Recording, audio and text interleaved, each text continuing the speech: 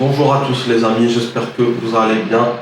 Moi ça va très bien. Aujourd'hui on va faire une débrief un peu sur toute la saison 2019 et 2020 du Barça, une saison catastrophique, oui, je le sais, car éliminé des demi-finales de la Super Coupe d'Espagne, ce qui a conduit au licenciement de Valverde et l'arrivée de Quique Setién, par l'élimination des quarts de finale face à Bilbao, fini deuxième en Liga, après une saison qui a été un peu, un peu noircie à cause de la pandémie de Covid-19, la pandémie de Covid-19, et aussi un quart de finale, sort des quarts de finale avec une des plus grosses humiliations de l'histoire des Ligues des Champions, 8-2 face au Bayern, c'était compliqué.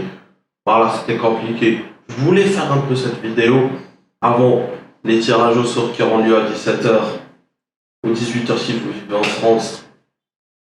Lors du... Voilà.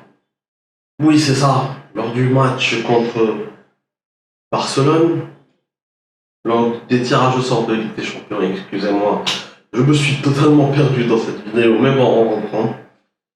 Barcelone a fait une saison catastrophique. Voilà. C'était compliqué. La saison vraiment était horrible. Vraiment.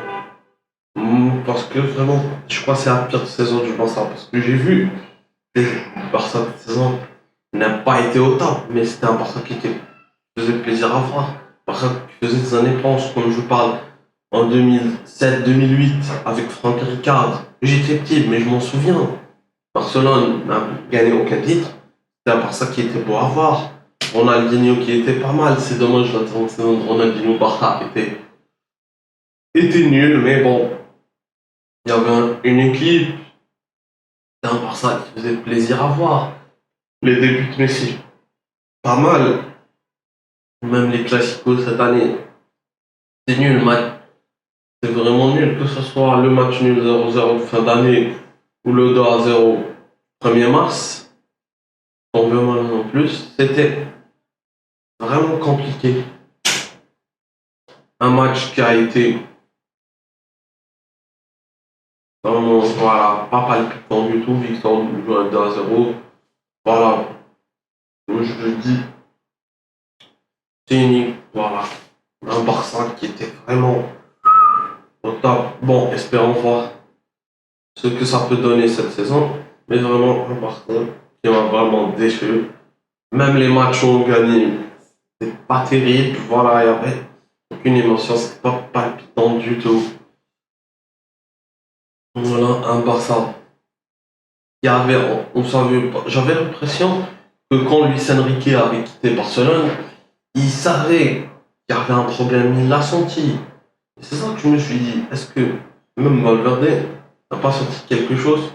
C'était pas seulement un changement de coaching qu'il fallait, mais tout un changement autour du Barça, parce que j'ai trois hypothèses. Première hypothèse du Barça, c'était des choses, l'administration. L'administration du Barça, voilà, la gestion du président Bartomeu était calamiteuse. Calamiteuse, rien à dire. C'était, voilà, nul. Il y avait un changement politique nul. Toute une,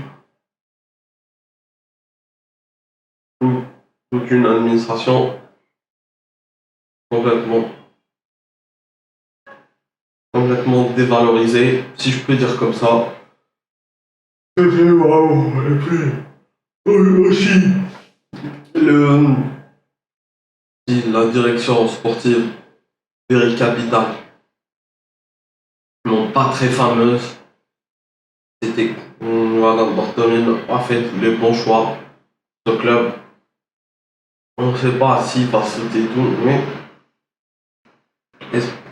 espérons un changement administratif d'ici là. Ça n'a pas été encore fait. Déjà, Vidal licencié, c'est cool. Bartomeu, espérons qu'il y aura du changement de son côté. Deuxième hypothèse, c'est la politique de recrutement du Barça. Politique de recrutement nulle, des joueurs qu'il faut te ramène des joueurs qui n'ont pas un niveau du Barça comme Martin Braithwaite, Firpo, Griezmann. Il y a quand même pas mal de recrues. Déon qui était pas, mais sinon le reste c'est nul. Espérons que le Barça va faire encore le mercato. Je sais pas s'il est fini, mais espérons qu'à l'avenir le Barça fera le bon choix à ramener un bon numéro 9, un nouveau numéro 9, quelqu'un qui remplacera Suarez parce que du vent Suarez, c'est pas grave, la priorité c'était de garder Messi, mais ramène un autre attaquant parce que à part Messi, à part Ansu Fati, le reste actuellement l'attaque du Barça c'est pas officiel. Bon, espérons voir une politique de recrutement un peu améliorée. Et troisième hypothèse, la Messi dépendance. Voilà, une construction de club qui tourne autour de Lionel Messi. Ça aussi, il faut changer parce que c'est inacceptable. Voilà, je comprends que voilà, Messi c'est un atout et que c'est bien de développer un système de jeu pour le faire briller, mais tout autour de lui c'est nul. Faut pas oublier que le foot c'est un sport collectif et qu'il faut mettre tous les joueurs à disposition. Même si ça permet de mettre en avant Messi, il faut quand même qu'il y ait un minimum de trucs, même une politique qui marche tout autour de Messi. C'est ça le bas. Il doit arrêter dès maintenant. Voilà, je n'ai pas grand chose à dire. Cette saison du Barça, qui était vraiment. Voilà, qui ne restera sûrement pas dans toutes les mémoires. Espérons, à part deux entraîneurs qui n'ont pas été à l'heure sur cette saison, une gestion du club calamiteuse, voilà, une politique de recrutement et une Messi dépendance qui n'a pas été fameuse. Espérons. Le Barça cette saison va faire beaucoup d'améliorations et je le sens. Voilà, le 8-2 du Bayern pour moi, si d'un côté c'était un peu nul parce que se faire humilier comme ça, compliqué, même si je sentais que le Bayern allait gagner. Mais d'un autre côté, cette humiliation c'est un mal pour un bien parce que ça permet au Barça là de vraiment se remettre en question. Parce que 3 années de suite, tu te fais éliminer en Ligue des Champions, c'est compliqué. Contre la Roma, tu gagnes 4-1, tu prends 3-0 au retour. À l'aller, tu bats Liverpool 3-0 avec un super coup franc, tu prends 4-0 au retour.